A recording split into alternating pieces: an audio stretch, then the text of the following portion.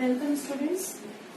आज हम लोग कुछ प्रॉब्लम्स सॉल्व करेंगे जो कि ग्रुप थ्योरिकल बेस्ड है। ठीक, इसमें जैसे कई प्रॉब्लम्स जो है वो एग्जाम में अक्सर पूछ लिए जाते हैं। ठीक, तो क्वेश्चन दिख रहा होगा, बोर्ड पे लिखा होगा, show that the set of integers forms an abelian group under operation O defined by A circle B equal a plus b plus b for a plus b plus 1 for every a b belonging to z। ठीक, तो group proof करने के लिए हमें पता है हमारे पास एक सेट होता है। ठीक, तो यहाँ पर हमको दिया हुआ है सेट ऑफ इंटीजर्स और एक ऑपरेशन चाहिए होता है हमको, तो वो ऑपरेशन ओ दिया हुआ है हमको। ठीक, तो वो ऑपरेशन ओ किस तरह से ऑपरेट कर रहा है, किसी दो एलिमेंट को अगर z पे लेते हैं तो वो ऑपरेशन उस पर किस तरह से ऑपरेट कर रहा है वो यहाँ बताया। ठीक, अगर कोई दो एलिमेंट्स ए बी हम जेड में लेते हैं और उस पर इस ऑपरेशन को लगाते हैं तो वो क्या करेगा, वो पहले ए और बी को ऐड करेगा और उसमें फिर 1 इंक्रीमेंट करेगा। जैसे एग्जांपल के लिए अगर हम लोग दो इंटीजर्स लेते हैं 3 and 5 इन जेड, ठीक, या 3 and -5 इन जेड, तो जब इस ऑपरेशन को हम इन दो एलिमेंट्स पे अप्लाई करेंगे तो ये क्या करेगा, पहले सिंपली इन दोनों को ऐड करेगा 3 + -5 और उसके बाद इस वैल्यू में 1 इंक्रीमेंट कर देगा यानी +1। ठीक, यानी हमारी जो वैल्यू आएगी वो आएगी -2 + 1 = -1।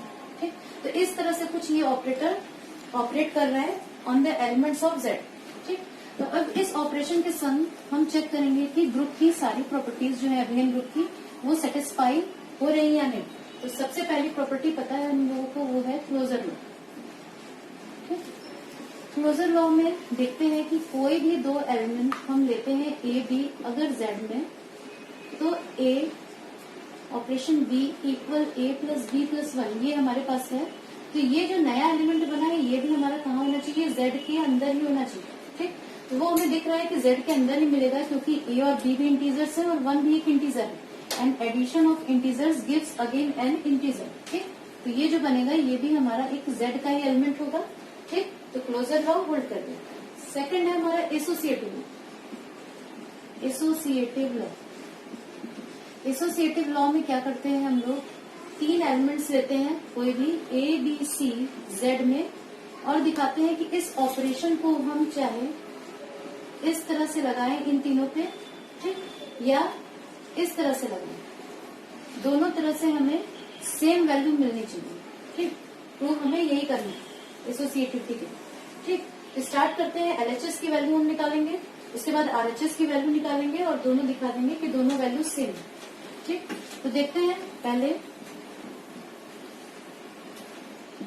ए सर्किल बी सर्किल सी, इसकी वैल्यू क्या मिलती है। ठीक, पहले ब्रैकेट पे अप्लाई होगा, ये जो ऑपरेशन है ब्रैकेट के एलिमेंट्स पे, इसे हम लिख सकते हैं ए सर्किल। ये बताया था हमने कि कैसे ये ऑपरेट करता है। ये ऑपरेटर पहले उन दोनों एलिमेंट्स को ऐड करेगा और उसमें फिर 1 का इंक्रीमेंट करेगा, यानी इस जगह हम लिख सकते हैं b + c + 1।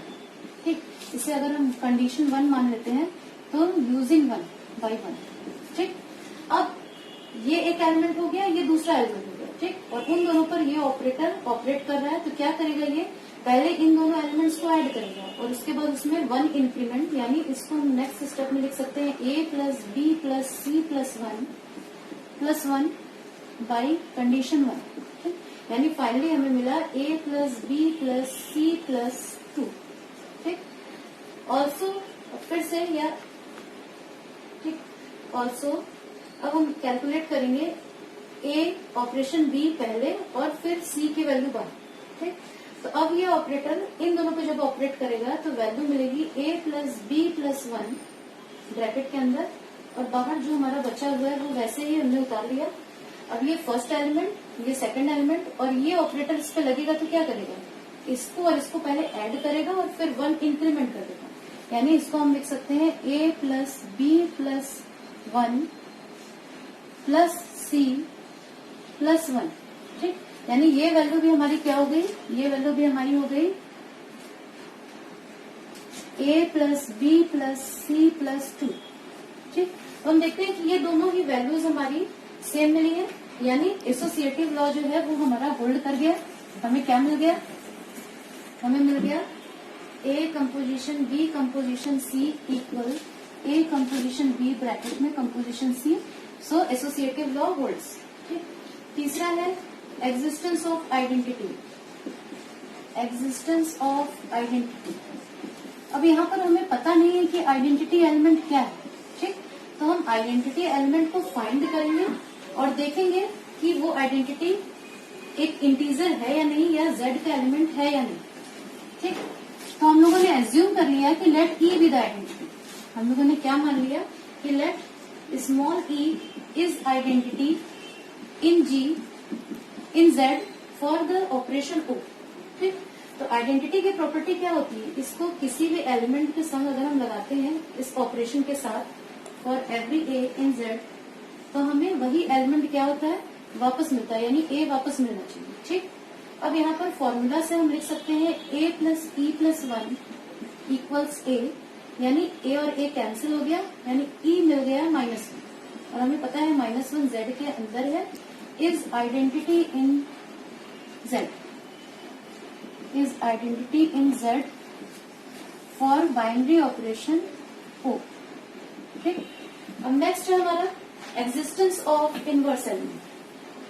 फोर्थ है एग्जिस्टेंस ऑफ इनवर्स एलिमेंट, ठीक। एग्जिस्टेंस ऑफ इनवर्स एलिमेंट, ठीक।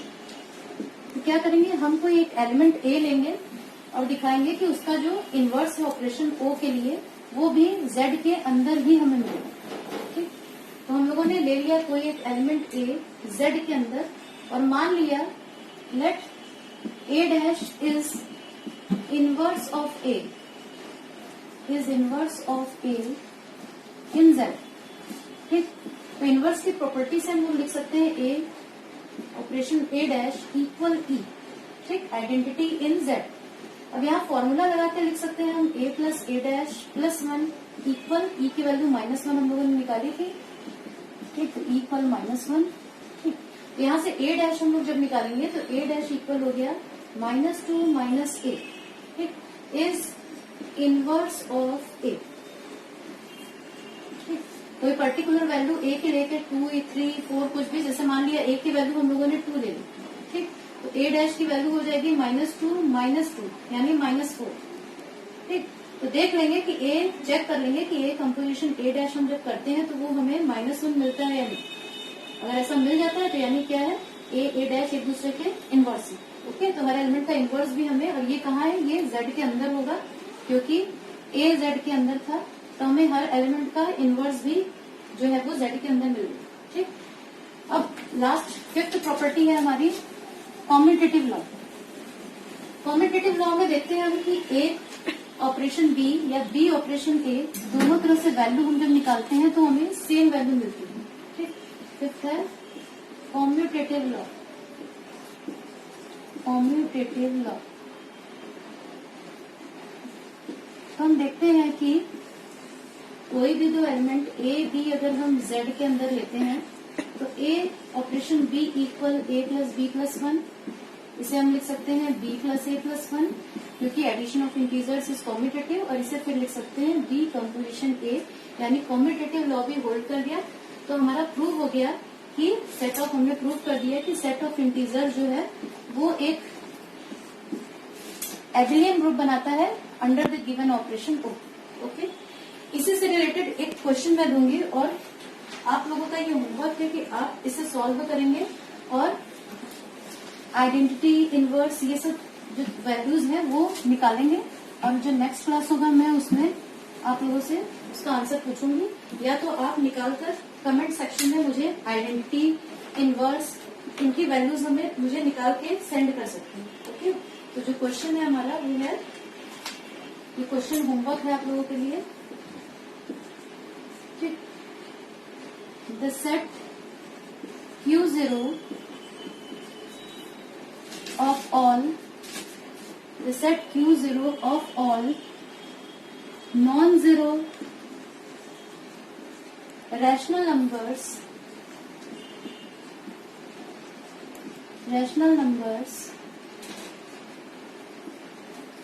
forms an abelian group with respect to operation star defined in Q0 by A star B equal A dot B divided by 3 for every A B in Q0। ठीक, ये homework है।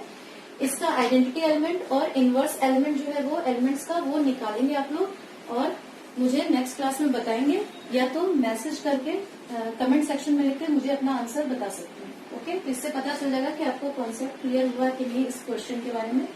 Thank you.